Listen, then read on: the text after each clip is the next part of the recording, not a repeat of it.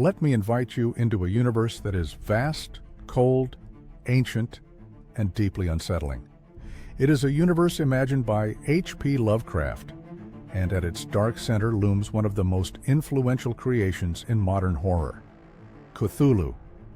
Let me begin with the man himself. H.P. Lovecraft was born in 1890 in Providence, Rhode Island, and although he died relatively young in 1937, his influence on literature, film, games, and popular culture is almost impossible to overstate. During his lifetime, Lovecraft was not widely famous. In fact, most of his stories were published in pulp magazines, read by a niche audience. And yet, decades after his death, his ideas have grown far beyond those humble pages. Lovecraft's central contribution to horror is what we now call cosmic horror. Unlike traditional horror, which focuses on ghosts, monsters, or killers that can be confronted and defeated, Lovecraft asks a much more disturbing question. What if humanity simply does not matter? In Lovecraft's vision, the universe is ancient, beyond comprehension.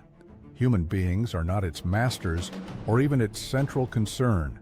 We are brief, fragile accidents, ants crawling across a forgotten corner of reality. And this is where Cthulhu enters the picture. Cthulhu first appears in Lovecraft's 1928 short story, The Call of Cthulhu. I want you to understand something important here. Cthulhu is not the villain of the story in the conventional sense. He is not plotting revenge, not hunting humanity, not driven by malice as we understand it. Cthulhu simply exists. According to the story, Cthulhu is an ancient cosmic entity who lies dormant beneath the ocean, entombed in the sunken city of R'lyeh. His form is famously described as part dragon, part octopus, part humanoid. But Lovecraft is careful to emphasize that no human description can truly capture him. Cthulhu is wrong in ways our minds cannot fully process. His geometry defies reason.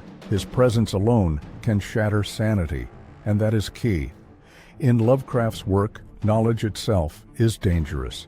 To learn too much about the universe is not empowering. It is devastating.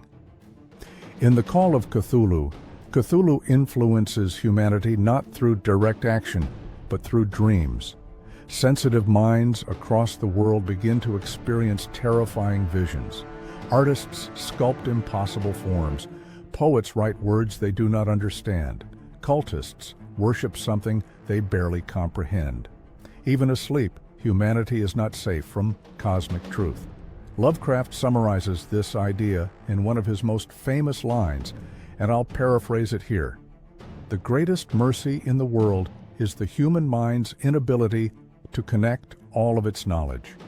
If we ever truly understood the universe, Lovecraft suggests, we would either go mad or beg for ignorance. Now, it's important to understand that Cthulhu is not alone. He is part of a larger cosmic framework, often called the Cthulhu Mythos. This is not a single, neatly organized mythology, but rather a loose collection of gods, entities, forbidden books, and ancient histories spread across many stories. Among these are beings even more powerful than Cthulhu, such as Azathoth or Yog-Sothoth, entities for whom Cthulhu is closer to a priest or servant than a ruler. But Cthulhu became the symbol. Why? Because he represents the perfect image of Lovecraftian horror. He is ancient beyond time. He is incomprehensible. He is indifferent to humanity. Cthulhu does not hate us. He does not even notice us in any meaningful way. And that, Lovecraft tells us, is far more terrifying than hatred.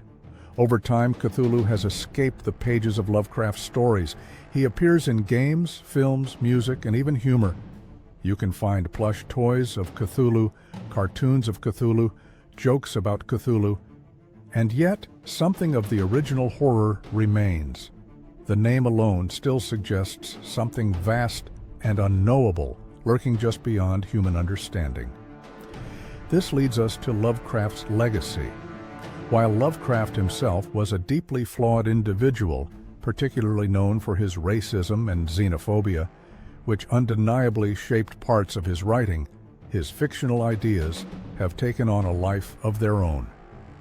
Modern writers, filmmakers, and game designers continue to adapt, critique, and expand his concepts, often reworking them in more thoughtful ways.